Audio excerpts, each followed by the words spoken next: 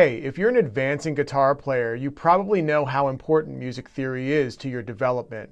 But you may be wondering, what are some ways that I can practice music theory so that I can just recall really any information or any concept that I'd like on the fly so that I can execute whatever I'd like on the guitar?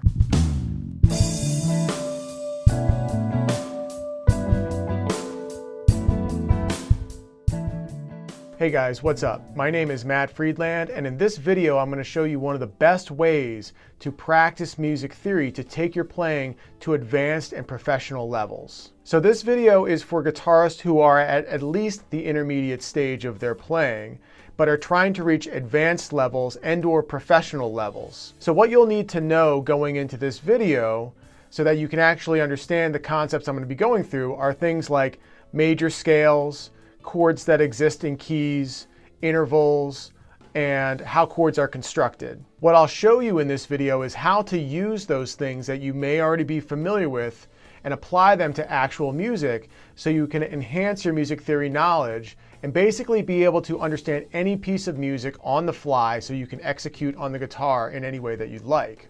Now, even if you don't have a firm grasp on your major scales or intervals or chord construction or chords and keys, you'll still be able to benefit from this video because you'll see how those things are useful in applying them to an actual piece of music and what you'll need to study or learn so you can reach advancing levels in your playing. I'll also provide reference charts for some of the things that we'll be covering in this video, and you can download those for free by clicking the link below. At the beginning of this tutorial, I'll start with some of the basic concepts that you probably already know, but that you can start applying to an actual piece of music in a way that allows you to practice music theory to get to the point where you actually are reaching a mastery level. But make sure that you stick around to the end of this video because I'm going to get into much more in-depth and advanced concepts that generally only the professionals know about. If you have any questions about anything that I'm covering in this video, feel free to leave them in the comments and I'll do my best to address those for you. Also, if you found this helpful, please let me know in the comments, and please like this video, share this with a friend, and subscribe to the channel so you don't miss out on any new content that I upload.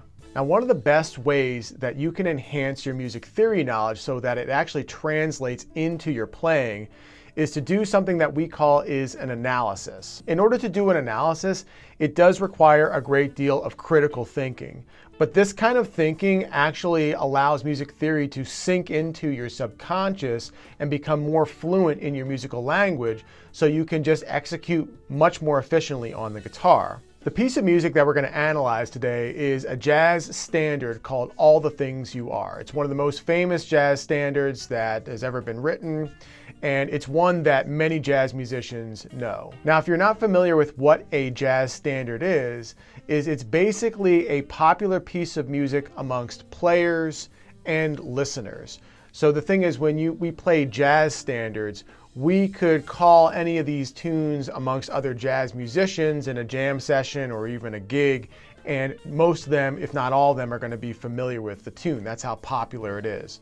And also, when we play it, most people are going to be familiar with the song, the listeners, that is. So that's what makes up a standard. Now, there are jazz standards, but of course, there are standards in other styles of music, like, for example, rock standards, funk standards, country standards, blues standards. So an example of a rock standard might be like Little Wing by Jimi Hendrix. A lot of players know it, it's a fun one to play, and a lot of people are familiar with the song. Maybe a funk standard, just as another example, would be I Feel Good by James Brown. So a lot of people know that song, and it's a very common form. It's almost like a blues form for that tune, so a lot of players know it. So those are some examples of standards in other genres. So the other reason why we're going to be looking at a jazz standard is because jazz standards are written in a format that we call as a lead sheet. And a lead sheet basically has two parts. It has the melody and it has the chords. Now, this is what a lead sheet looks like. It's a very simplified version of how to play a particular song. And the purpose of lead sheets basically is for jazz musicians who are showing up to a gig most of the time without any rehearsal or anything. They knew a lot of tunes going to the gig, but a lot of times there'd be an instance where somebody would call a song that they weren't familiar with or hadn't heard of before. So they would bring a book of lead sheets or a book of these charts with them, which would later be called the real book. which is where this is actually coming from, the Hal Leonard real books. And so if somebody called a song on the gig that they didn't know, they could open up the book, look at the lead sheet, and if they had a certain skill set, they knew how to play through the tune like they had heard the song 100 times before. So what we're looking at here when we have a lead sheet is we've got chord symbols that are over here, and then we've got our melody here.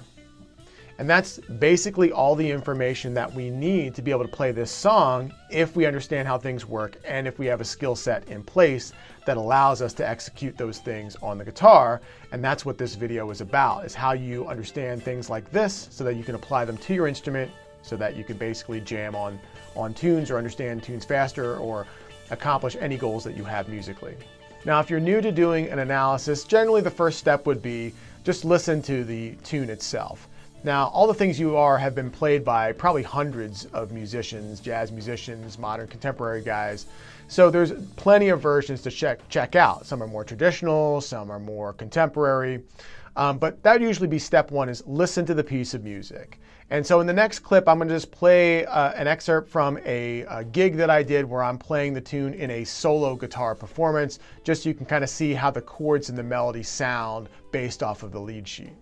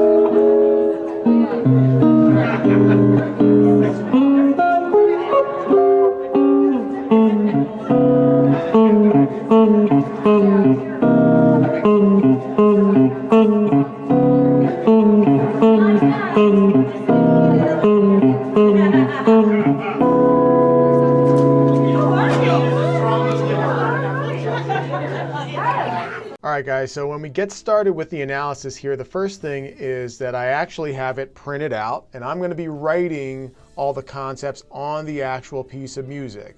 That's, I think, the best practice for this kind of thing.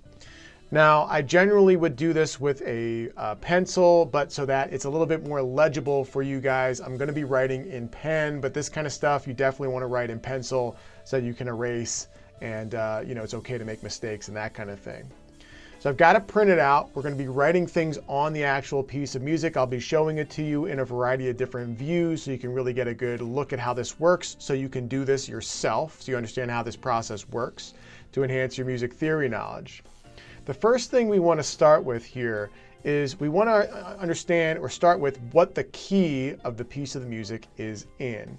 So if we take a look here at the lead sheet here, at the chart, you'll notice here at the very beginning here, there's a key signature. This has 4 flats in it. Okay, this tells you the key of the piece of music that you're in. Now, if you're not familiar with key signatures, that's something you definitely want to check out because it gives you information about what key that the music is in and what the parameters are. So where we learn the key signatures, it turns into using the circle of fifths. This is one of the most valuable aspects or uses of the circle of fifths, is to memorize key signatures so you can recall them quickly, so you can get into understanding the information in tune. So if you don't know the circle of fifths, this is one reason why you really want to memorize the keys and the key signatures. So the first thing we can use the circle of fifths for is identifying the key signature. So we know that there's 4 flats in in all the things you are, and we can look over here and say, well, where do we see 4 flats? Well, we see it over here in the key of A flat major. So it's written in treble clef and in bass clef here. Here are the 4 flats. So that's the key that we are in. Now, this is going to be included in the link. If you want to download this, click the link below as a reference guide to going through the analysis here if you need this chart for the circle of fifths. Also attached with it are the scales written out. So we're in the key of A flat major here, which has 4 flats. Here's our A flat major scale here. Now, by the way, I am doing this all basically in standard notation. It works a lot better in standard notation. If you're not familiar with standard notation, in the link below, there will also be a reference guide on how to read notes in standard notation. Tab just does not give us all the information that we need for this kind of stuff. And this is one reason why if you learn to read standard notation, it helps you understand music theory in much more detail. So click the link to get the reference chart for reading standard notation if you're not familiar with that. Okay, so we've determined that because the tune has 4 flats, it's in the key of A flat major, okay? So what I would do first is just write the key of A flat major up here, because it's going to serve as a reference for everything that we're going to be understanding as we go through the tune here. So what I'm going to do here is I'm going to write that out. So let's see if we go to the top part of the screen. I'm going to write A flat. Let's go key of A flat up here. So you write that out. And the first thing I'm going to do is I'm going to just write the A flat major scales. This is where you want to know your major scales. That's your whole, whole, half, whole, whole, whole, half. So what we get is we get A flat, B flat, C, D flat, E flat, F, and G, and then we're back to A flat. So there's the notes in the key of A flat major. So we need that as a reference for what's going to happen in the tune here. Now the next thing is we can use our Roman numerals, or basically how our chords function in the key, to give us more information and more of a reference. So that'd be the next step. We know the key is A flat. Here's our A flat major scale. And so I'm going to write underneath here the chord function. So the 1 chord in every major key is always major. I'm going to write an uppercase 1 for that. We use Roman numerals to indicate this. 2 is always minor. So I'm going to write a lowercase 2. 3 is always minor. 4 is major. 5 is major. These are just triads right now. 6 is minor. 7 is diminished. And then we're back to the 1. Move this down a little bit for you. Okay, so these are the chords that are going to be in all major keys, which you hopefully are familiar with already. You want to know this pattern of which chords are major and which chords are minor. So now what's going to happen is if we convert these into 7th chords, here's what we're going to get. We get A flat major 7. So I'm going to write M-A-J. We're doing this, by the way, because we're going to analyze how these chords function in the song. So we've got A flat major 7, B flat minor 7 would be the 2 chord. 2 chord is always minor 7.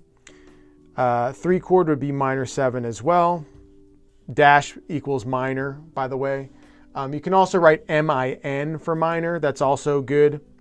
I'm going to use dash because that's kind of how everything's written here.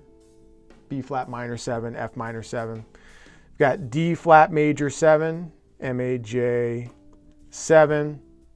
We've got E flat 7 would be the 5 chord. F minor 7 would be the 6. Now I'm going to do G minor 7 flat 5 would be the 7th chord, and back to A flat major 7. Okay, so that's step 1 that you can just start thinking about. Do you really know this information here? Do you know your keys? Do you know what chords are in your keys? And do you know what 7th chords are in your keys? Because you're going to need that information to understand what's going on in the actual piece of music. Now this tune is actually going to change keys several times. So you're going to want to know your chords and your keys pretty well to be able to understand what's happening in a complex song like this. So what I've included in the reference guides here, if you click on the link to download that, I have a chart here with all the chords that are in all of the major keys, and also one with all the minor keys. Now these are just the triads here, but you need to know this, meaning that your 1 chord is always major, 2, 3, and 6 are minor, and then 4 and 5 are major. And so this gives you basically all the chords in all your keys, so you can figure out what's going on in a piece of music or analyze a piece of music. So if you need to grab that, click the link. All right, so we'll address the key changes that happened in this tune later, but the next thing that you can do is just spell all of the chords out. Write all the names of all the chords that are happening in the tune. This is really important so you understand how things are going to work in terms of how you can improvise over it and or how the melody coincides with it and a variety of other things. Okay, so when we start to write all the chord names out, you're going to need to know what notes make up your seventh chords or your seventh chord formulas. So again, for that, I've got a reference chart. Okay, so when we go through this, I'm going to go through this relatively quickly, but the idea is we have 7 types of seventh chords. We've got a major seventh chord, which consists of root, major third, perfect fifth, and major seventh. These are all examples built off of a C, so this would be C major 7. Okay. Now, by the way, I'm talking about root, major third, perfect fifth, and major seventh. These are intervals, so those are also really important as well. You want to really understand and know your intervals too. So here's our formulas for major seventh. Dominant seventh equals root, major third, perfect fifth, and minor seventh, or we also call it a flat 7 a lot in jazz and popular music. So this is for a C7 chord. We get C, E, G, and B flat. We get a minor major 7th chord, which would be root, minor third, perfect fifth, and major 7th. So for C minor major 7, we get C, E flat, G, B natural, and that's our minor major 7. For a minor 7th chord, we get root, minor third, perfect fifth, and minor 7th. So C minor 7, we get C, E flat, G, B flat. Then we've got a minor 7 and a flat 5. This can also be called the half diminished chord. But we've got root, minor third, diminished fifth, or flat 5 is also another name for the diminished fifth, and then a minor 7th. So here's C minor 7, flat 5. We got a diminished 7th chord, which is root, minor third, diminished fifth, or flat 5, and diminished 7th. And so here's C diminished 7. Lastly, we've got C, dominant 7th augmented. Now we are going to see this chord in the tune as well, among all the other chords that we've looked at. This will be written as C7 augmented, C7 plus, or C7 sharp 5. We'll cross that bridge when we get to it, but basically we've got root, major third, augmented fifth, or sharp 5, and we've got minor 7th, or flat 7. Now the last 2 chords here, they're not 7th chords, but they do have 4 notes in them, and we need to know those generally. So we have a major 6th chord. So for a C6 chord, we would have root, major third, perfect fifth, and major 6th. And for a minor 6th chord, we'd have root, minor third, perfect fifth, and major 6th. Minor 6 chords have a minor third and a major 6th. Keep that in mind. They don't have a minor 6th in minor 6 chords, major 6. So here we have C minor 6. So this guide is really important to understanding what the formulas are for the chords that we're about to spell as we go through the analysis here. And so make sure that you grab this if you need this reference guide. Okay, now that we've covered the 7th chord formulas, we can now go in and analyze or label all the notes in all these chords here. That's really important to do that. So we understand how everything is basically working, and you should be able to do that with some basic knowledge that I've covered so far. So let's go through and do this here. We start with F minor 7. So that's going to give us root, minor third, perfect fifth, and minor 7th. So the notes for F minor 7 are going to equal F. We've got A flat, we've got C, and then we've got E flat. This is why I would recommend writing these in pencil. So I'm going to write this a little bit higher up so I have more room to write this here. So we're going to be marking up this whole page here. That's kind of common when we do an analysis. So anyway, we've got F, A flat, C, and E flat. Let's move on to B flat minor 7. So same formula. Now we get B flat, we get D flat, we get F, and then we've got A flat. Now you can also write underneath here the formula if you'd like. That would be root, this would be minor third, this would be perfect fifth, and this would be, I'm going to call it flat 7 there for the A flat there. E flat 7. So we get root would be E flat. Then we've got our major third, which would be G. Then we've got our perfect fifth would be B flat. And then we get our flat 7 would be D flat. So we've got root here. We've got major third. We've got the perfect fifth. And we've got flat 7 here. Put that over here.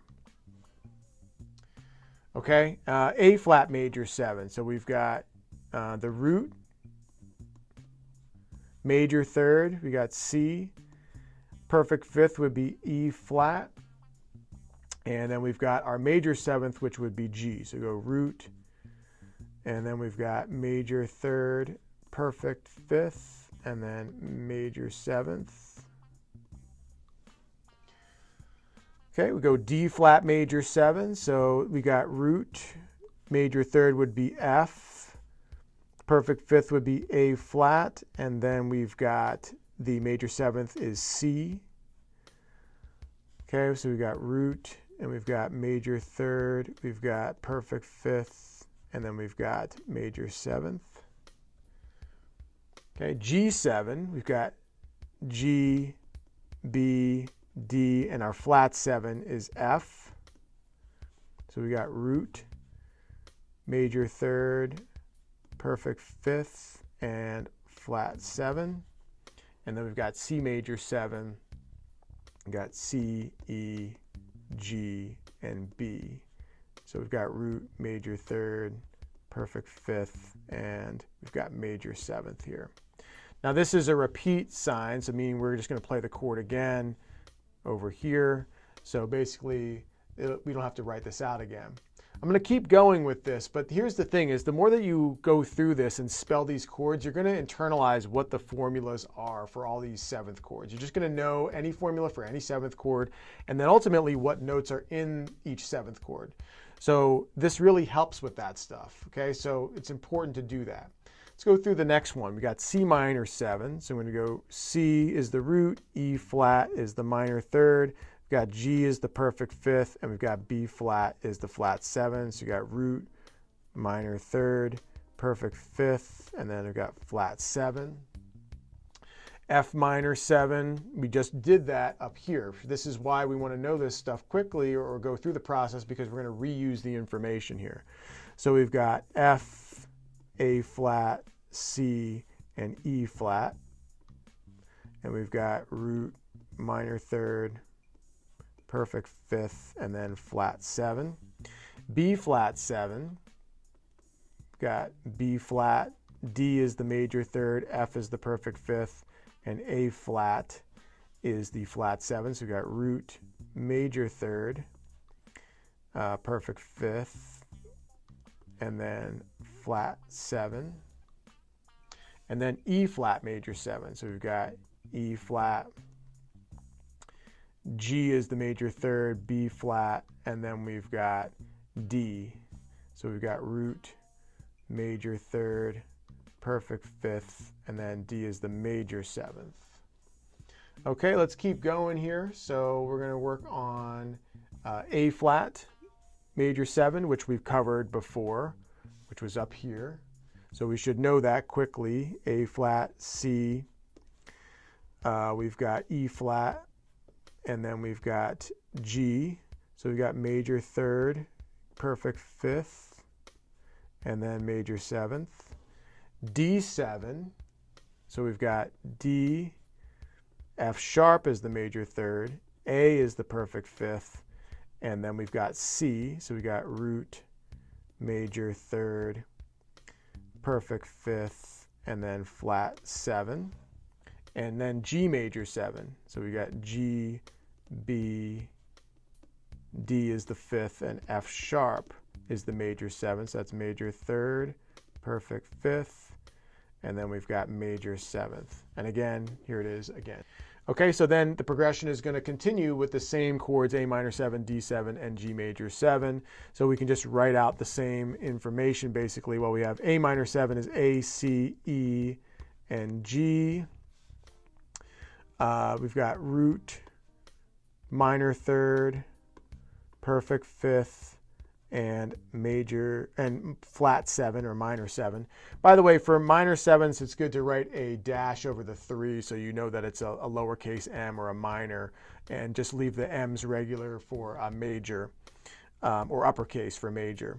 D7, we did that before, so we've got D, F sharp, A, and C, so we get root, major third, perfect fifth, and we've got flat 7. And then we've got G major 7, which we did earlier, G, B, D, and F sharp, root, major third, perfect fifth, and then we've got major 7th. Okay, we're going to continue on here. Now, in this lead sheet here, we've got F sharp minor 7, which you can spell out, which we get F sharp, A, C sharp, and we get E. Now, a lot of times in this tune, it's played as a minor 7 flat 5. So all we need to do to change this F sharp minor 7 to a flat 5 is take that C sharp down to a C. That makes it a flat 5. F sharp to C, we call that as a flat 5. So I'm going to put this as, put flat 5 there as our labeling of that. Make that a little bit clearer. Okay, B7, so we get B, D sharp, F sharp, and A, so that'd be root, major third, perfect fifth, and flat 7. And then we get E major 7, so we've got E, G sharp, then we've got B, and then we've got D sharp. So this would be major third, perfect fifth, and then we've got major 7th.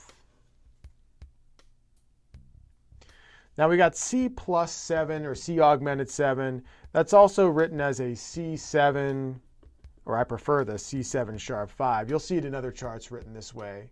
So what we get is we get our dominant 7th formula. We get root, major third, which would be E, but it's a sharp 5, or the plus means sharp 5. So instead of a perfect fifth, which would be a G, that becomes a G sharp. And then we get a flat 7, which would be B flat. So we get flat 7. This would be, we'll call this sharp 5. You can call it augmented fifth if you'd like as well. We've got major third, and then that was our root there. Okay, now we're back to really the beginning of the tune progression-wise. So let's kind of go over here. So now what's happening is we're back into the main part of the song, or the original progression that existed up here. We had F minor 7, B flat minor 7, E flat 7, A flat major 7. That's all essentially repeating over here. So that's where all this information that we wrote out at the top here is going to come in handy when we rewrite it. So I'm not going to write the intervals again here. I'm just going to go put the names in, but you want to go through this process because the repetitions are key to actually learning this stuff. F, A flat, C, and E flat is F minor 7. We've got B flat. We've got D. We've got, that'd be D flat. F, and then we've got A flat. Then we've got E flat. We've got E flat, G, B flat, and D flat. And then A flat major 7. Let me get this. Okay, so there's that over here. All right, now going to D flat major 7, which we spelled before. D flat, F, A flat, and we get C. Then it goes to a D flat minor 7. So we're going from major 7 to minor 7. What we do is we lower the third. This is a major third. And we lower the major 7th, C, down a half step. So we get this now. We get D flat, F flat, A flat, and C flat. So that becomes minor third, perfect fifth, and flat 7. So that's what we get here. C minor 7, which we spelled before, which was over here. So we get C, E flat, G, and B flat. B diminished 7. Okay, so for a diminished chord, we get root minor third, which would be D, a flat 5, which would be F, or diminished 5th, which would be F, and we get a diminished 7th. So a diminished 7th is a flat 7 lowered by a half step. The flat 7 would be A, and we lower it by another half step, it becomes A flat. So that's our flat 7. So we get root, or our diminished 7th, I should say. We get root, there's our minor third. Here's our, we're going to call this the flat 5 here. The F I'm going to call the flat 5. And then the A flat I'm going to call the diminished 7th here. So we got D7. Okay, and then kind of rounding out the song here, we've got B flat minor 7, which we've covered before, B flat, D flat, E flat, and then A flat. E flat 7, we've got E flat, G, B flat, and then D flat, and back to A flat major 7. So A flat, C, E flat, G.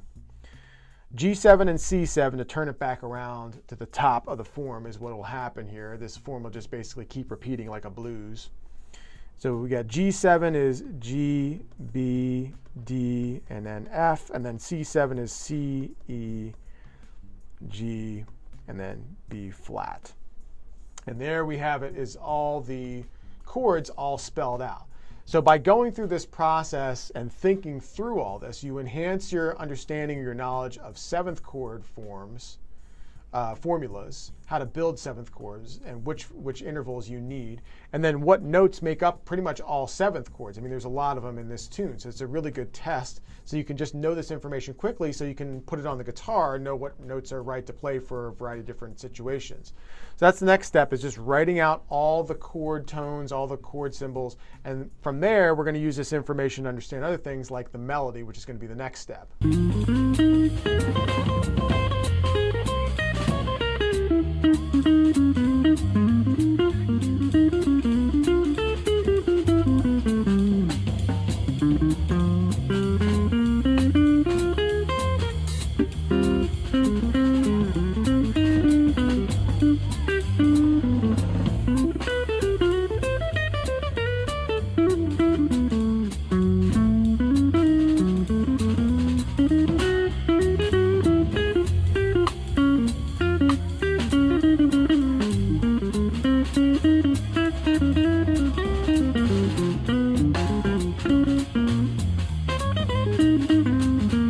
All right, so before we get into analyzing the melody, actually before we do that, I want to talk about the notes that are within the chords here and why that's important regarding this concept referred to as voice leading. Okay, so if you've not heard about what voice leading is, it's very important in terms of how chords sound from chord to chord and how they transition very smoothly. And the principle is basically this. If you are coming from one chord to the next, the idea with voice leading is you want to retain as many common tones as you can from chord to chord. That's what makes the sound very smooth and a smooth transition. And if you can't retain notes from chord to chord, then you're going to try and move the other notes that you need by as little as possible, usually by half step, but sometimes by whole step. And that's the principle. It retains common tones and moves by step from each chord tone. And this creates a very smooth sound, a very connected sound with the harmony. Also, the principle with voice leading is it's trying to mimic the voice. This comes from essentially classical music and Baroque music, where the idea was that the voices, you didn't want them jumping up or down drastically, very high or very low, because the voice doesn't function that way. The voice moves in a very stepwise motion. And so by adhering to these principles of retaining common tones and moving by as little as possible, that is more voice-like and more appealing to listen to, essentially. Okay, so when we look at that in terms of the chart, we've done the analysis and said, well, what are our chord tones? So we can say, well, what do we retain going from chord to chord? And we're going to see this all over the place in this tune. So for example, starting on the F minor 7, we've got the F, A flat, C, and E flat. Now when we go to the B flat, D flat, A flat, and A flat, the B flat minor 7, what we're going to do is we're going to retain the A flat, because those are common tones, and the F is a common tone, so we retain that. So the C will step to the D flat, and I'm going to put a box around that. That's a half step movement.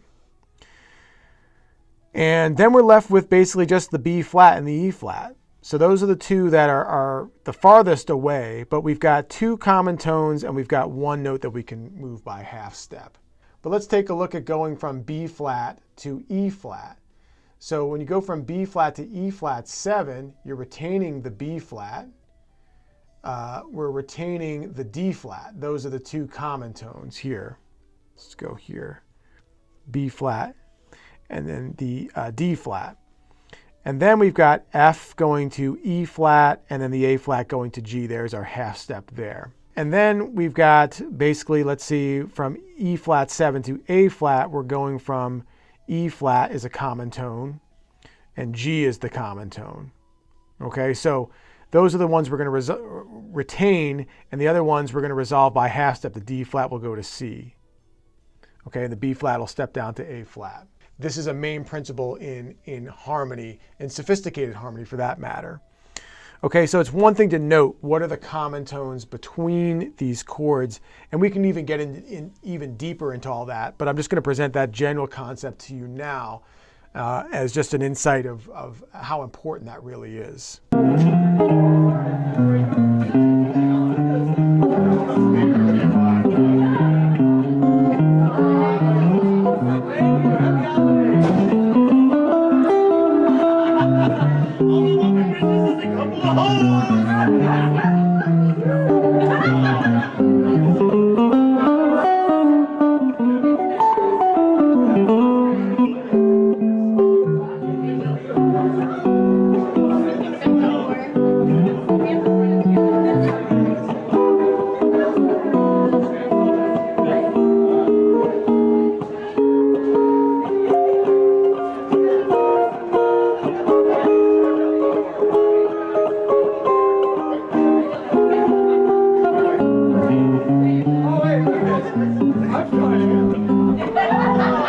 Okay, now that we've got all the chords spelled out, this is going to be very useful when we get into the next aspect of the analysis, which is understanding or labeling the melody. The melody is in standard notation here. Okay, and so what we're going to learn is where does the melody come from? How does it relate to the chords? It's going to give us insights into how we can construct our own melodies, how to remember the melody more effectively, and approaches for improvisation over the form as well. So to analyze the melody, we need to know our intervals pretty well, but we've got some information here from our chords above, which is very useful. Now I'm going to write the melody in black underneath. And so if you're not familiar with the standard notation, use the reference chart here, but the first note we're looking at is an A flat. So what I want to ask myself is like, well, what is A flat in relation to this chord, F minor 7, or related to the bass note, let's say F? We're just measuring intervals. F is the lowest note because that's in the chord. That's the root of the chord, F to A flat. So we can see that it's actually the minor third based off of spelling the chord. So I'm going to put minor third here. Put a little line there. So we've got minor third. That's what the A flat is. Now we've got a D flat in relation to B flat minor 7th. So if we look over here, we'll say, oh, okay, that is the minor third as well. That's why it's useful to write the chords out. So I'm going to write minor third right there. That's the next interval for the melody. Then we've got, in the same measure, the A flat. We look at the chord notes and we say, well, B flat, D flat, F, A flat. Oh, okay, well, that's the flat 7. So I'm going to write that. I'm going to put flat 7 or minor 7th, but I think flat 7 is more common in terms of the terminology. Then we've got a G here, 4 of them in a row. When we look at the E flat, measuring G against E flat, or I should say E flat to G, and we say, well, G is actually the major third. So I'm going to put major third here. And that would be true for the rest of the G's here. I'm not going to write it out, but that would exist for the rest of the G's in this bar here. Now we get to the A flat major 7, and we still have the G in the melody. But what happens is the G now becomes the major 7th off of A flat. So I'm going to write major 7th here. So from G, we're going up to C. Then we can say, well, what is A flat to C? That happens to be the major third. So we're going to go over here, major third, and then back to the G, which is the major 7th. All right, so let's continue on. Now we're on to the D flat, and we've got an F, 4 in a row. We look at the chord tones for D flat. F happens to be the third. It's the major third. So I'm going to write major third here. That exists for the entire bar. Then we go on to a G7, but the melody note stays on an F. And so what F does now is it turns into the flat 7 off of the G7. So that's we're going to write flat 7 here. And then we've got a B natural. This is a natural sign. It's no longer B flat. It's B natural. And so B natural, G to B natural, or a regular B, turns into the major third. So I'm going to write major third here. And then we're back to the F, which becomes the flat 7 again. So we write flat 7 here.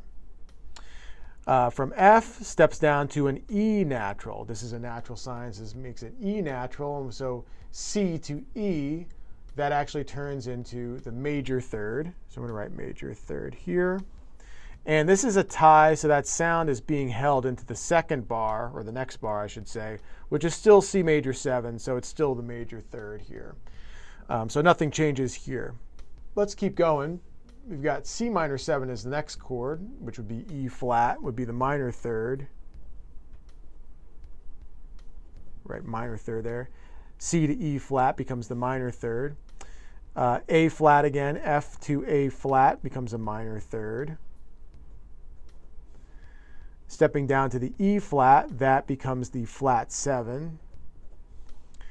Now stepping down to the D, B flat to D is the major third.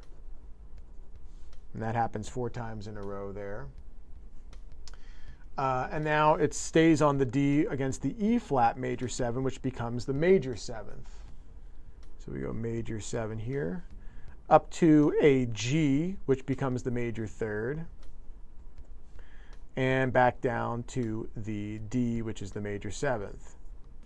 So we should be starting to see a pattern here of a lot of thirds and a lot of 7ths, which is very common in jazz. We're basically going from minor third, flat 7, down to major third, down to that note is retained. The G is retained going to a minor 7th. And then steps up to the third. So these are all basically chord tones, which is an important aspect to melodies and this tune in particular. So we're discovering that as we label all the intervals here. Let's keep going though. So we've got an A flat major 7. So this is a C here. So that's going to be the major third. And now we've got a D7, and we've got some movement going on. C, D natural, E flat, D, and C. So this becomes the flat 7. This is the root. E flat, D to E flat is a minor second interval. It's a half step away. And in jazz, typically we call that the flat 9. Basically is a minor second up an octave. So we'll get to that a little bit later, but we're going to call that the flat 9. Back down to the root, and then here's the flat 7 here. Now stepping down to B natural, which against G major, that becomes the major third. Now that'll sustain into the next bar, and then we're kind of moving up to D, which is the perfect 5th off of G major 7. Here's the root, which is a G, and then here is the D here, which is the perfect 5th again.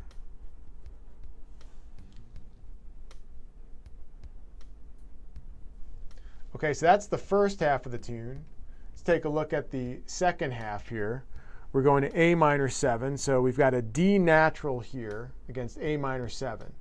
So what we can do is we can say, well, A to D, that's an interval of a fourth, and it happens to be a perfect fourth. So you'll have to kind of think through these things here to arrive at the answer, but that's what's good about it. Now, A minor 7, we've got a C in the melody. That turns into the minor third. So let's go here. We've got minor third. Put a little dash over it. Now that is sustained. The C is sustained into the next bar where we've got a D7. So that changes the interval now. So D to C, that becomes the flat 7. And there it is in the chord. So that's why we spelled it out there. C is the flat 7. Okay. Now we're doing some movement here. We've got the E flat, which is the minor second or the flat 9. Up a half step to E natural, which becomes the regular 9, or the major second. 9 is another way of saying a major second, but up an octave. But 9s, 11s, and 13s are much more common in jazz language.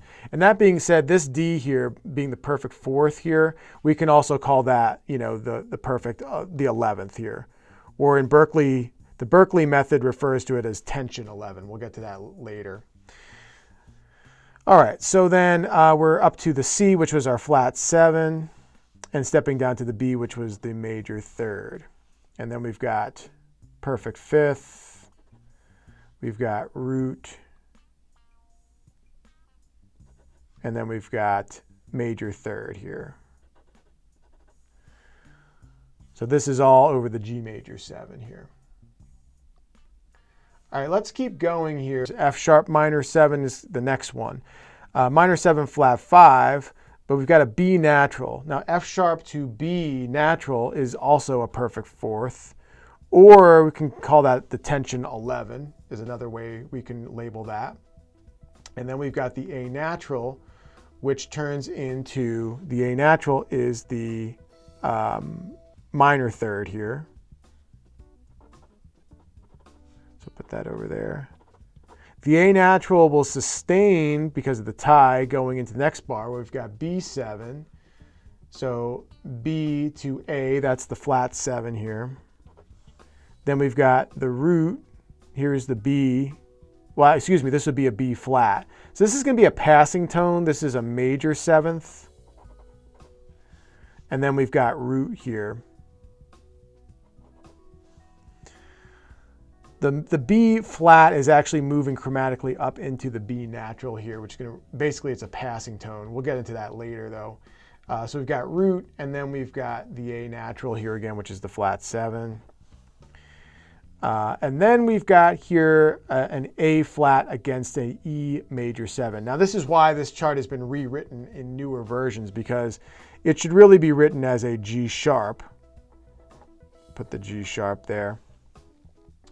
A flat and G sharp are the same note. I'm not sure exactly why it was written with A flat, maybe for reading purposes, but anyway, it should have been written as a G sharp because that turns into the major third off of the E major 7 here. So we're going to go major third here. And the G sharp will sustain as we get to the C augmented 7th or C7 sharp 5, and that becomes, we call that the sharp 5. So that's why it's better that this would be written as G sharp, that's how it's written in newer versions of this chart. So there's pros and cons to this version and the newer version. I just chose to go with the older version, but this is one of them here. So we have C7 sharp 5. Okay, and then we're coming through the melody, which is basically what we looked at, you know, through the beginning of the tune. We're kind of repeating a lot of the same stuff at the top here as we go through the bottom part. Here's that F minor 7 again. So here's the minor third. We've got the minor third again, D to B flat. Then we've got the flat 7. We've got the major third here. Here's the major 7th, and then we've got the major third, and then we've got major 7th is the G. And then we're coming over here to D flat major 7, so the F is the major third. jumping up to the E off of the D flat minor 7. So D flat to E flat, actually. That's a major second or a ninth, so I'm going to call it 9. Or tension 9 is the Berklee way of doing that, T9. We'll talk about that later. Dropping down to the D flat, so that's the root. And then we've got C minor 7, so these are a bunch of E flats, so that's a minor third. And then to a G off of a B diminished 7. So B to G is actually a minor 6th. We can call that a flat 6 as well if you'd like. And then the F is the flat 5. Now here's B flat minor 7. So we've got the D flat is the minor third. Then we've got the F is the perfect 5th. We've got A flat is the flat 7. And then we've got D flat is the minor third. And then we've got E flat 7. We've got the F. So E flat to F. That's a major second or a ninth as well. And then we've got the G here, so that's the major third. And then stepping up into a half step into the A flat, which resolves on the root there. And that's basically it. Although that A flat sustains over G7, that would be a minor second, so we'll call that a flat 9. And this would be a flat 13. We'll deal with that later. But basically that's what would happen over these chords. Now the main point is that we're seeing some patterns in the melody where we're seeing a lot of chord tones, a lot of thirds and sevenths, which is very common. So that will help us do a variety of things. One being we can harmonize this melody with chords fairly easily because they're already in the chords. That's a benefit to kind of understanding how the melody works in conjunction with the chords and their intervallic relationships. And again, just writing them all out so that you really get all this stuff ingrained, so you just know this on the fly. This is how you get to that point. You have to go through the thinking process and write everything out. So that was the next thing, is analyzing the melody.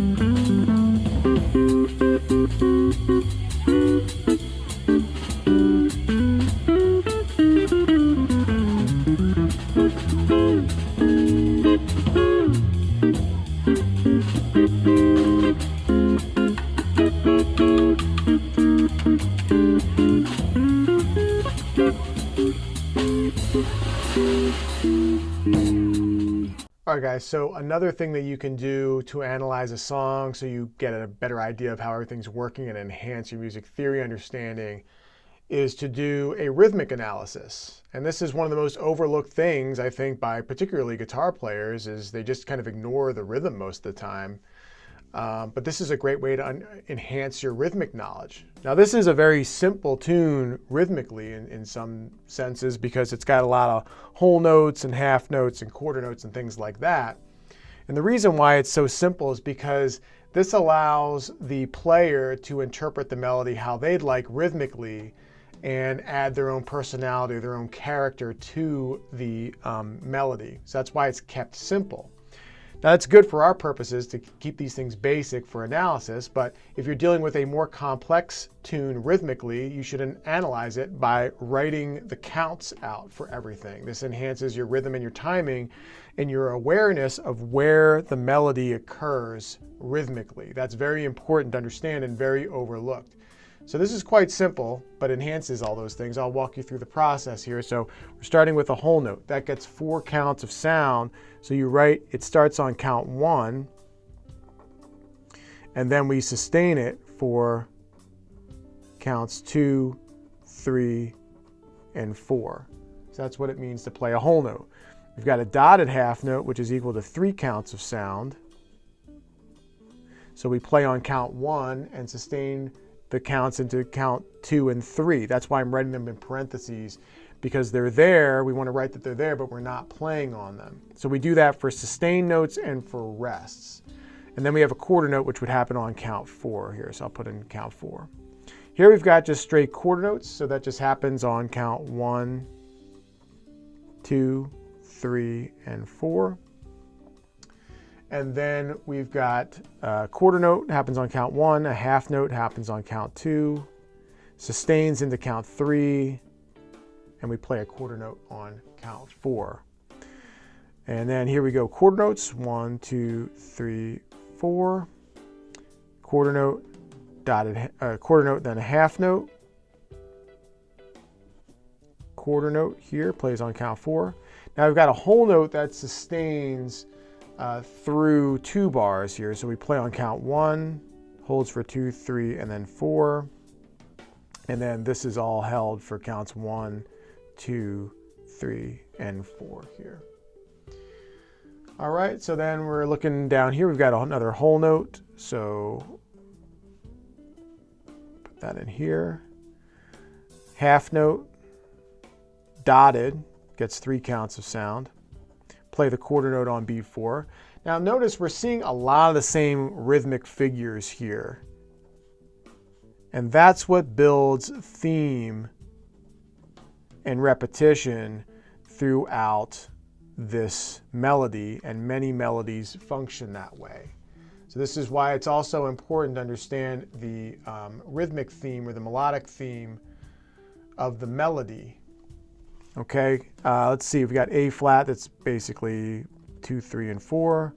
Now here's some quarter note triplets. This is a little bit more advanced, but the idea is we're playing 3 attacks within 2 beats. So we can label this, there's a lot of different ways to do it, but I'm going to label it 1 and this is beat 3 and beat 4. So meaning that this takes up the space of counts 1 and 2, and 1 and is one way to count it. So we go 1 and 3, 4, 1, 2, 3, 4. 1, 2, 3, 4, da da da da da da is one way how we can kind of count that rhythm. 1, 2, 3, 4, 1 and 3, 4, 1, 2, 3, 4. Here's our whole note. I'm just going to keep going here. Sustained into beat 1 here because of the tie. So I'm going to put beat 1 in parentheses. And then here's count 2, 3, and 4 with the quarter notes. Half notes. Again, another tie, sustaining the sound into count 1 in the next bar. So this is important to see this because we can kind of maintain that tone if we're playing a particular chord between these two, A minor 7 and D7. We'll get to that later. We've got beat 2, 3, and 4, and a whole note. Again, it's being sustained into the next bar. We've got beat 2, 3, and 4 here. Half notes. Being sustained again. 2, 3, and 4. Another whole note being sustained. The idea here is you're sustaining that tone, that it's common between the chords, and that's a very kind of sophisticated way to write a melody, is keep a tone ringing as you change the chord. It's a really cool sound. Here's some examples used in this song with all these tied notes here. Okay, so if we continue on here, let me see if I could switch to the bottom half. We've got whole note, dotted half note, play on count 4, quarter notes,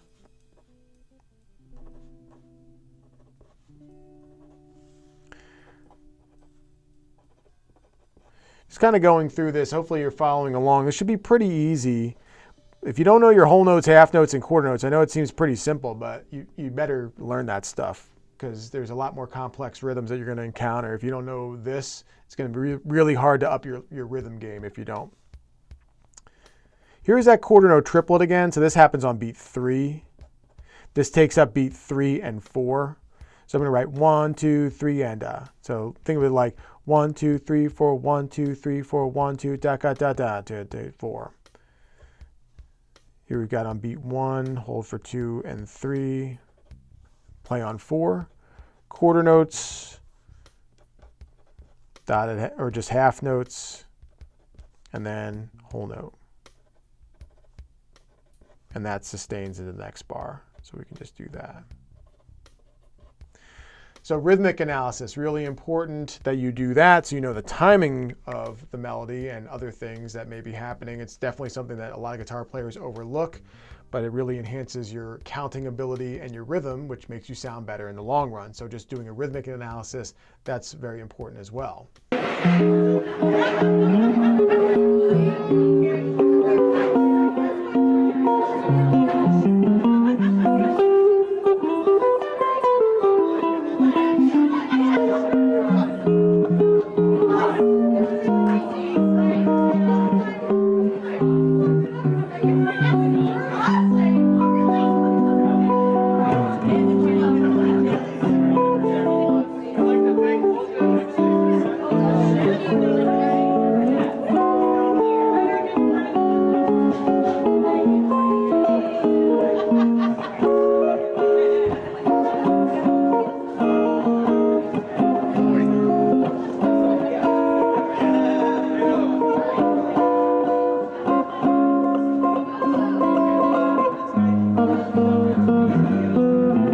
Okay, so the next thing we're going to do is we're going to do a harmonic analysis or a Roman numeral analysis of the tune.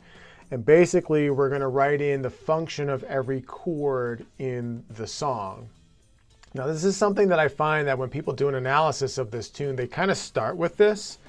And that's good if you have all these other things that we've covered in place. But if you don't, doing a harmonic analysis of a tune like this is very challenging. So you really want to get your foundation and your fundamentals together before you take on more complicated things that you just don't have the skills for yet. Now, if we're doing the Roman numeral analysis, the harmonic analysis, this is going to allow us to understand how the chords function in the song, where they come from, and how they work, and so that we can understand like how to play it better and put it on our guitar. And a variety of other things. It just goes on forever of what we can learn by doing this. Now what we're going to find is there's a lot of key changes in this tune. We established from the beginning that the tune is in A flat major, but it's actually going to change keys several times. And the point of this right now is identifying where the key changes are going to happen or where the keys are or the tonal centers are in the tune before we get into the full analysis. And so here's how we can look at that. When you have a dominant seventh chord, for example, we've got E flat 7 here, we've got a B flat 7 here, we've got a D7 here, we've got a B7 here, and so on. We've got a lot of dominant seventh chords. Dominant seventh chords are functioning as the 5 chord in major keys, in all major keys. And that's very important because the dominant seventh chord, there's only one dominant seventh chord in all major keys. So if we locate where the dominant seventh chord is, most likely the next chord that follows it is going to be our 1 chord or our tonal center or our key. This is the most common resolution in music, the 5 to 1. So we can identify our keys by finding where all the 5 chords are. And I'll walk you through this process. So let's just say that all these 5 chords are taking us to the 1 chord, okay? Which is a fair estimate or assumption you can make. E flat 7, if I label that as a 5, because we use Roman numerals for this kind of stuff, uppercase 5, so that would mean that A flat major 7 is essentially our 1 chord. So I'm going to label this as 1. So we know that we've got a key center of A flat major. And by doing this, finding the 5 and the 1 that follows it, we're going to try and find our other tonal centers and label the chords that we have in those keys. So we've got a G7 over here going to a C major 7. So we could say, well, G7 to C, that's the 5 chord in the key of C major 7, or in the key of C. So I'm going to go 5, and then here's 1. Let's say we've got B flat 7 going to E flat major 7. Well, B flat 7 is the 5 of E flat major. So we go 5, and then we've got 1 here. Here's a D7 going to G. D is the 5th chord, D7 is the 5th chord in the key of G major 7. So we've got another 5 to 1 here. Here it is again, D7 going to G major 7, so that's another 5 to 1. And let's see, we've got B7 here going to E major 7. So B is the 5, B7 is the 5 chord of E major 7. So we've got 5 to 1 here. Now we've got a C7 here going to an F minor 7. Now this is 5 to 1, but in a minor key. C is the 5 of F minor. But we'll leave it as a 5 for now because this is going to have some special labeling, which we'll get to later in the video if you stick around. This is what I was talking about in terms of some of the advanced concepts that we'll get to. We'll just call it 5 for now. Back to E flat 7, that's 5 to 1.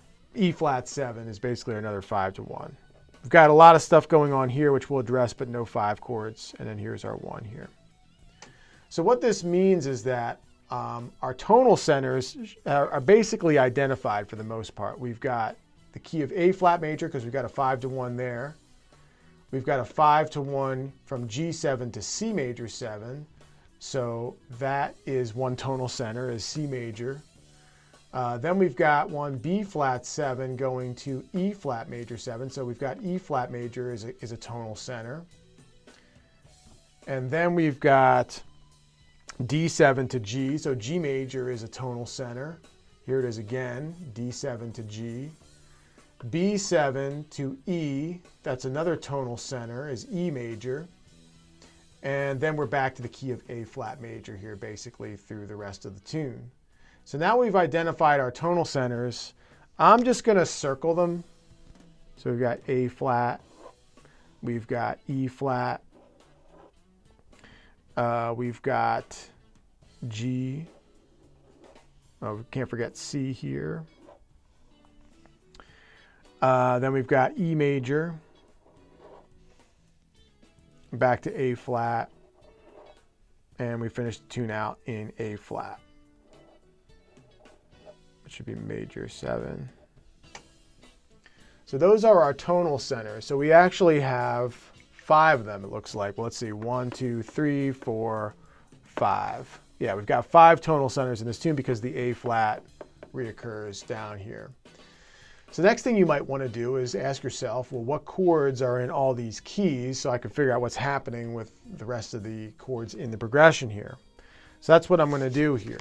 I'm going to write them out, and I recommend that you do the same thing. So let's write out the tonal centers here. So I'm going to write the key here, and we've got A flat, we've got C, we've got E flat, we've got G, and we had E. So those were our tonal centers here. And then I'm going to list out all the chords in those keys so I just know that information more quickly to apply it to the song. So we can do that by kind of spelling out our scales. So we've got A flat major. We'll do A flat. Then we've got B flat. And we've got C, we've got D flat, we've got E flat, we've got F, and we've got G, and we're back to A flat. I'm writing out the major scale for each tonal center, and then I'm going to label the chords above it. And that's how I would go about doing it so you really know all your keys really quickly. Okay, so we get A flat major, that's the 1 chord. Major 7 would be the 1 chord. And let's just put it, I guess I'll put it underneath here. I'll do it that way. You could write it by the side, wherever works for you, doesn't really matter. We've got B flat minor 7 is the 2. Then we've got C minor 7 is the 3. D flat major 7 is the 4. E flat 7 is the 5. F minor 7, almost wrote an M7 there. F minor 7 is the 6, and then G minor 7 flat 5 would be the half diminished or the 7 chord. Then we're back to A flat major 7. So there's our chords in the key here. Now let's do the same thing for the other keys. So we've got C. Here's the chords that we get for this. This one should be easy. I'm not writing any stems here for this. Just want to make it nice and legible. So we've got the 1, 2, 3, 4, 5, 6, and 7 are always the same qualities. So I can write the rest of them above here. So we get D minor 7 is the 2, E minor 7 is the 3, F major 7 is the 4, G7 is the 5, A minor 7 is the 6, and we get B minor 7 flat 5 is the 7, and we get C major 7 is back to the 1. All right, so let's do the next key is E flat major. So you got E flat. I'm going to build the scale first. F, G, A flat, B flat, C, and then D, and back to E flat. So the 2 is always minor, so it'll be F minor 7. Then we've got G minor 7. Then we've got A flat major 7 is the 4. The 5 is going to be B flat 7. Then we've got C minor 7 is the 6. And then we've got D minor 7 flat 5 is the 7, and back to E flat major 7. Let's just do that. Just to fill those in there. Okay, then we've got the key of G is next here. So I'm going to write my G major scale. So we got G, A, B, C, D, E, F sharp, back to G. We got A minor 7 is the 2, B minor 7 is the 3, C major 7 is the 4, D7 is the 5, E minor 7 is the 6, F sharp minor 7 flat 5 is the 7, and back to G major 7. So there's the key of G here. And then we've got the key of E major. So we got E, F sharp is the 2, G sharp is the 3, A is the 4, B is the 5, C sharp is the 6, D sharp is the 7, and E is the octave there. So we got E major 7. We've got F sharp minor 7. We've got G sharp minor 7. We've got A major 7, B7, C sharp minor 7, D sharp minor 7 flat 5, and then back to E major 7. So there are our keys here and all the chords that are in our keys. And by writing this out helps you just memorize it, so you won't need to do this again after you've got it internalized. So when you go back to the actual tune, you can apply this information.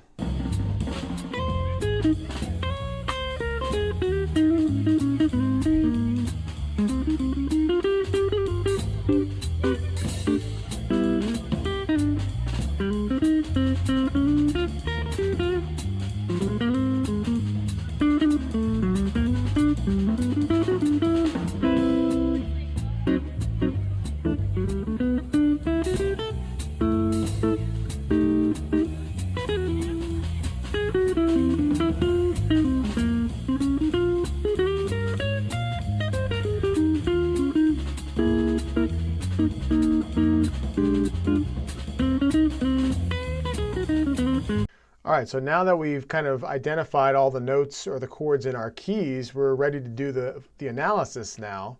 And so we're going to look at our tonal centers. We've got A flat major 7, that's the 1. E flat 7 is the 5. Well, that makes B flat minor 7 the 2. So I'm going to put lowercase 2 there. And then F minor 7, that becomes the 6. Okay, so that's all coming from the key of A flat major. Now if we continue on, D flat major, that's the 4 chord. So we'll put an uppercase 4 there. And then we run into a G7, which is the 5 of C major. So we've just changed keys right here.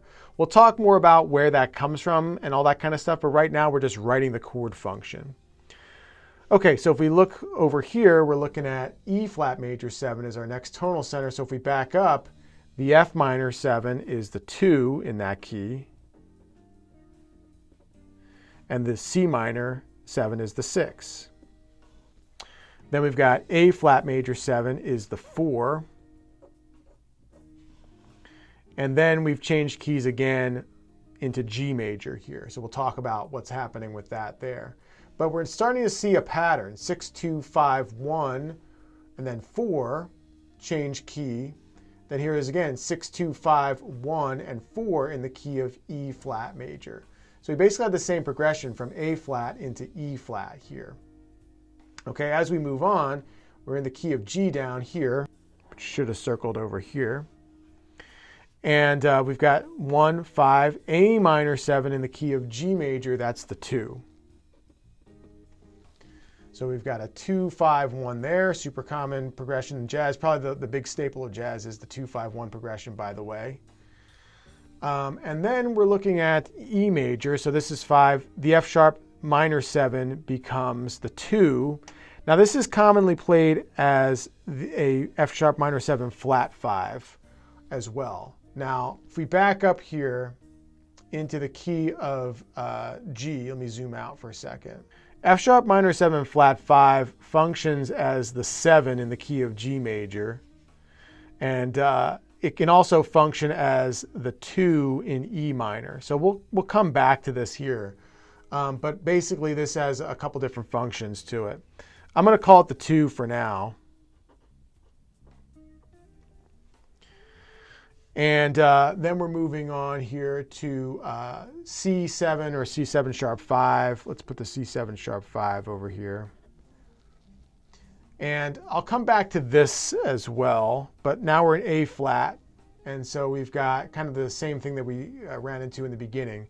We've got a 6, 2, and then 5, 1. Here's our 4 chord. Now over here, it's D flat minor 7. So it's still the 4 chord, but it turns into minor. So that's going to be a minor 4. I'll talk about that a little bit later, but minor 4 here. Then we've got C minor 7 is the 3 related to A flat. So let's go 3 here. B diminished 7 in the key of A flat. B would be technically the same thing as a C flat. And the reason why I'm calling it C flat is because A flat to C flat is a minor third, or we call it the flat 3. Now it's a little confusing to call it C flat, so B is a lot more concise and neat. But this is functioning as the flat 3, and it's a diminished chord. So I'm going to write flat 3, circle means diminished, and 7. I'll talk about this a little bit later, but this is another advanced concept here.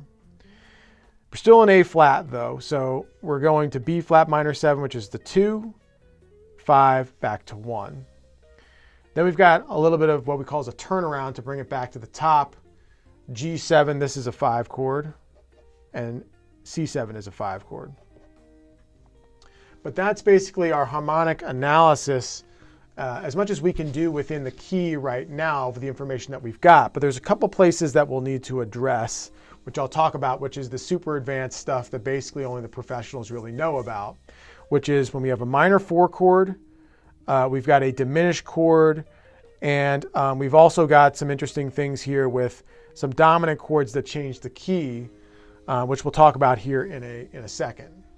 All right, so the next part of the analysis that we're going to look at is where we deal with chords that seem to come out of nowhere. For example, this G7 is not in the key of A flat and all of a sudden it takes you into C major, or this D7, or things like that. So what's going on here is we're actually dealing with the concept referred to as secondary dominants. Now, you might have heard about them before, you might know a little bit about them. They can be kind of complex. But here's some information that we want to take a look at what a secondary dominant does and what it is. Now this is from a arranging book from the Berkeley series of books, Arranging for Large Jazz Ensemble, that has some useful information about secondary dominants. But basically a secondary dominant is a seventh chord that moves directly to a diatonic chord other than the one chord. So it's a 5 chord going to another chord in the key other than the 1. And so that can be represented by the 5-7, Roman numeral 5 and then a 7 indicating a dominant 7th chord, and then to the other chords in the key. So moving to the 2nd chord, 3rd, 4th, 5th, or 6th chord in the key. Generally, it won't go to the 7th chord. Secondary dominants don't take you to the 7th chord in the key. Just basically 2, 3, 4, 5, and 6. And they're written with slashes. So like we call them like the 5 of 2, the 5-7 of the 3rd chord in the key, the 5-7 of 4, the 5-7 of 5, the 5-7 of 6. Here they are written on the side here. 5-7 of 3, and so on. So we'll see a lot of these in the actual tune. Now, if I go back to the tune here for a second, what's happening is these chords here, these dominant chords, are functioning as secondary dominants and essentially as like pivot chords. So this is a very advanced concept, and so I'll do my best to walk you through it. The first one here, we've got this G7 and it goes to C major 7. Well, the way we can look at that is if we look at the note C in relation to the tonal center A flat here. C, or A flat to C, let's do this, A flat to C, that equals a third. It's a major third. Or we can think of A flat to C like C would be the 3 chord. C minor would be the 3.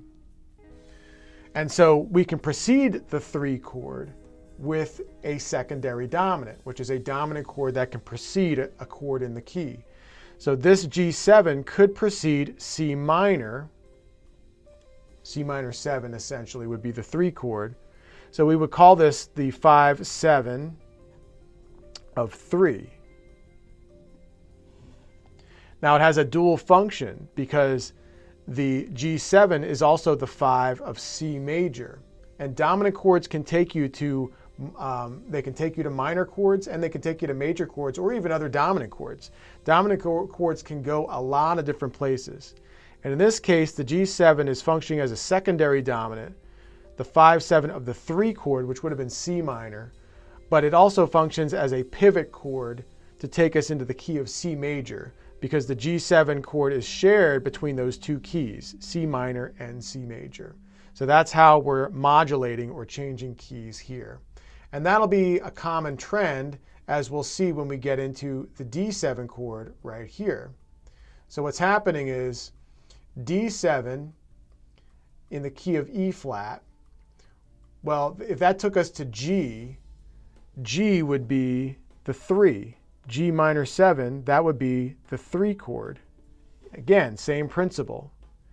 So now we get going to G major instead. So it's kind of what we call as a deceptive cadence. You're expecting it to resolve to a chord in the key. In this case, it would be G minor, but instead it resolves surprisingly to G major, which actually makes the music more interesting. So this would be the 5-7 of 3. But then we're resolving to the key of G major here because D7 is present in, it's also the 5 chord in G major. So it could be used as a secondary dominant to the 3 chord in E flat, but it's functioning as a pivot chord to get to G major. Same example basically is happening over here. We're in G major. Well, E in relation to G would be the 6. be E minor 7 actually. I'm going to write E minor 7 like that. E minor 7 is the 6th chord in the key of G major. So this B is essentially taking us to, would have been E minor. So this would be the 5-7 of 6, but B7 is also the 5 chord in the key of E major. So again, it's another pivot chord to change key surprisingly in an interesting way. And so it brings us into the key of E major at that point. So another secondary dominant here. And now we're going to C7 augmented or C7 sharp 5, which is the 5-7. Now this would have been taking us to, it's going to take us to, it's the 5 of F. This is a little tricky, but we're really kind of moving back into the key of A flat major at this point. So this would be a secondary dominant. The 6th chord here would be F minor. So this is actually taking us back into A flat major, or it's a way to kind of go 5 to 1 if we thought of the F minor as a 1 chord here as well. But this is going to be the 5-7 of 6, taking us back into the key of A flat major because F minor is the 6th chord. Okay, so that's our secondary dominant there. And that basically covers all our secondary dominants in the tune.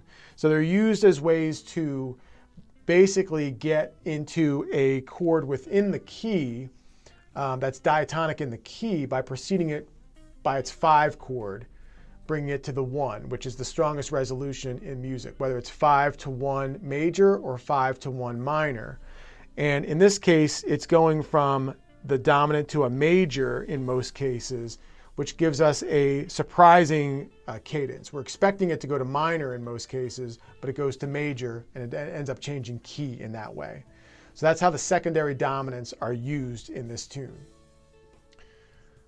All right, guys, so another chord that we have to address here is the 4 chord, the minor 4 chord. Okay, now where this comes from is a very interesting topic, and we've heard this chord being used in a variety of different styles and genres of music. But to really understand the minor 4 chord, here's the main principle, and I've got some resources here from actually one of my former teachers. His name was Pete Pancrazzi, who this is from one of his books. And this really opened up my eyes to the possibilities of a minor 4 and understood where this comes from in tunes.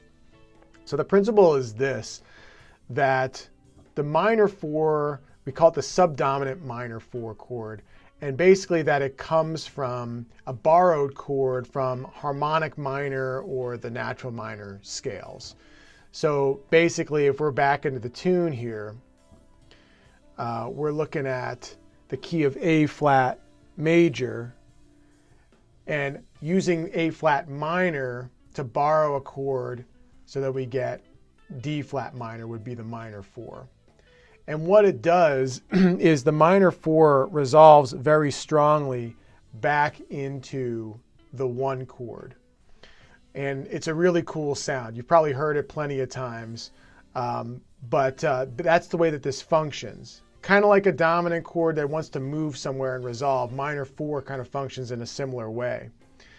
So minor 4 chords basically can exist either playing them as a minor 7th, or a lot of times they'll be a minor 6 chord. D flat minor 6 would be another very common approach, probably the more common approach to playing this chord here is a D flat minor 6. So one of the example progressions that's outlined in the book here is going from C major to C7, which is functioning as a secondary dominant here, to bring you into the 4 chord, which is F major, making it a minor, F minor. A lot of times that's how the minor 4 chord will work. It'll go from a major chord down to a minor chord of the same root, and then resolving back to the 1. And that's how it's functioning in the tune here. So it's functioning coming from the major 4 and then resolving down to the minor 4. That's most of the time how the minor 4 chord works, although there's some interesting deceptive cadences or deceptive ways that the minor 4 chord is used. Here's an example in the key of G major. So starting on G major, going to the 4 chord, and then resolving to a minor 6, C minor 6. So again, major 7 to minor 6 instead of minor 7 is another common example, and then going back to the 1 chord. Now, going from the minor 4, there's a lot of examples in the book going to the 1 chord, which is very common, but here we see it going to the 3 chord. Now, the reason why it's going to the 3, or how that works, is because we have synonymous notes here, or these chords are basically synonymous, A flat major 7 and C minor 7, because if we spell them, this is why it's important to spell your chords, or know the spellings of your chords. A flat major 7 equals A flat, C, E flat, and G. Then if we look at C minor 7 equals C, E flat, G, and B flat. So these chords are essentially synonymous because they share, basically they have a C minor triad in both of them. They share these notes here. So what happens is we can actually substitute the 3 chord for the 1. That's a very common approach. And so that's what's happening here. The minor 4, instead of going to the 1, down to the 3. And this creates a chromatic movement. D flat, half step down to C, half step down to B diminished, which we'll talk about in a minute, and then half step down to B flat. And so that's the motion here.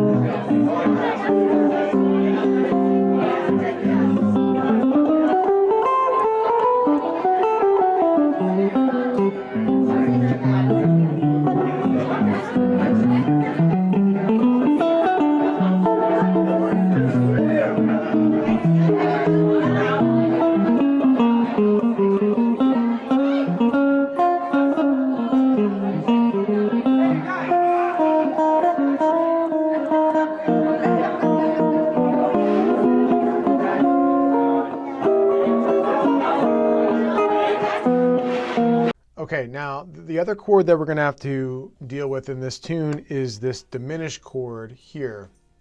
Now, diminished chords have a lot of different functions and purposes, and there's a lot of stuff that goes into diminished chords, so I'm going to do my best to explain it to you guys in a short amount of time here. But the idea is diminished chords want to go somewhere. They either want to move up generally by a half step, or they want to move down generally by a half step. There's a lot of tension in those chords. And they kind of function like dominant chords in the way that dominant chords want to resolve, and or a lot of times diminished chords are within the construct of a dominant chord, which is another concept, but they kind of are kind of hand in hand. Like for example, when you play a G7 flat 9 chord, there's a diminished chord inside of that chord. Anytime you have a flat 9 chord, dominant 7 flat 9, there's a diminished inside of that chord. So when we're looking at this tune in terms of where the diminished chord is functioning, this B diminished here, if we take a look at some stuff regarding the diminished chords, again, this is from the Berklee arranging book, and there's some interesting stuff in here that can be useful to understand this, is that basically the diminished chord can function as a passing chord to transition into another chord, most of the time in the key, but can pass into another chord that's not in the key as well. And so we've got passing diminished chords, and this is all based off of the key of C major here for this example. So they're talking about the sharp 1 chord here in the key of C. Diminished 7 would be a C sharp diminished 7. So where that would want to move up to is the 2 chord basically, which would be D minor 7.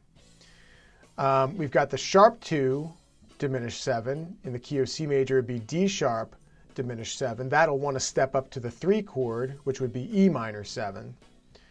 Then we've got the sharp 4 diminished, F sharp diminished 7, which will usually want to step up to a G, would be the next note in the key, but it usually functions as an inversion of C major, C over G. And then we've got the sharp 5 diminished, which would be G sharp diminished 7.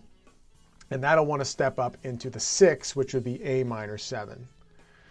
So those are the functions of diminished chords that are moving up, resolving up a half step into the next chord. And these are scales that correspond to those diminished chords that you could use to play over those chords if you're improvising and or, if you're creating a melody. But then we've also got what we call as the chromatic diminished chord, which is functioning as the flat 3. And in the key of C major, that would be E flat diminished 7, because E is the 3 in the key of C. So a half step down would make it the flat 3 would be E flat. So the flat 3 diminished is a chromatic diminished chord moving down, and that's what's happening in this part of the tune here, where we've got the B diminished, the flat 3. B functions as the flat 3 against an A flat, because A flat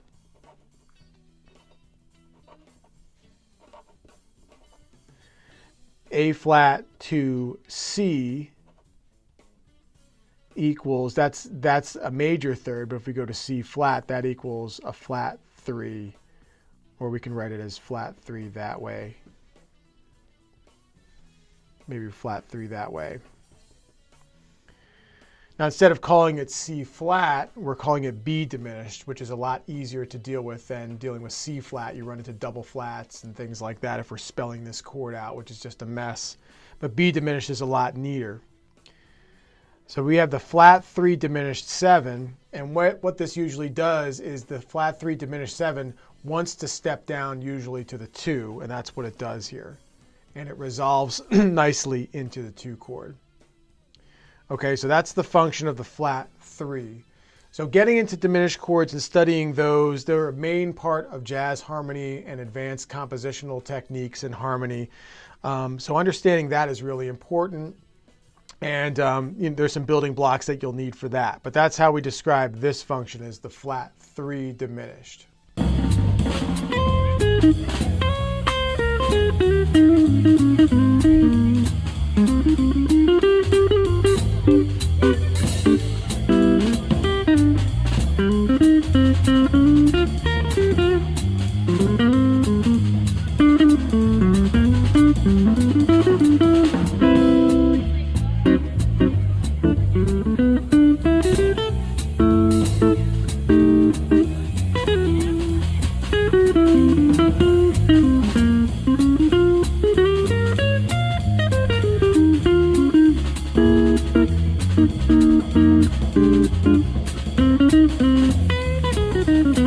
If you have the foundations in place, if you know your keys, if you know your intervals and things like that established, then you can reach these higher levels of musical understanding.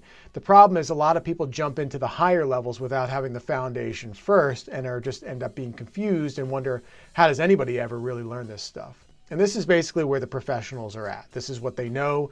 I use this stuff in my daily playing, in my teaching. Basically, this is a high-level skill that I need to make a living as a musician. So if that's something that you're really interested in doing, reaching a high level of musicianship, maybe even becoming a professional, making a living as a musician, and you're struggling to really kind of like know how to put all the theory together where it's just accessible to you at your fingertips, I highly recommend that you check out my course. It's designed to build those fundamentals for you in the exact steps that I've taken and countless other musicians have taken to just totally understand and know their theory in and out. So guys, I hope you found that this video was helpful, insightful. If you want to learn more about the course, just click the link below. If you have any questions, put them in the comments. I'll do my best to answer them for you. I want to thank you for checking out the video, checking out the channel. Please subscribe for updates on new videos coming out. And if you'd like to see more of this content, let me know in the comments, and I'll see what I can put together for future videos. Thank you guys so much, and good luck with your music theory studies. Thanks. Bye.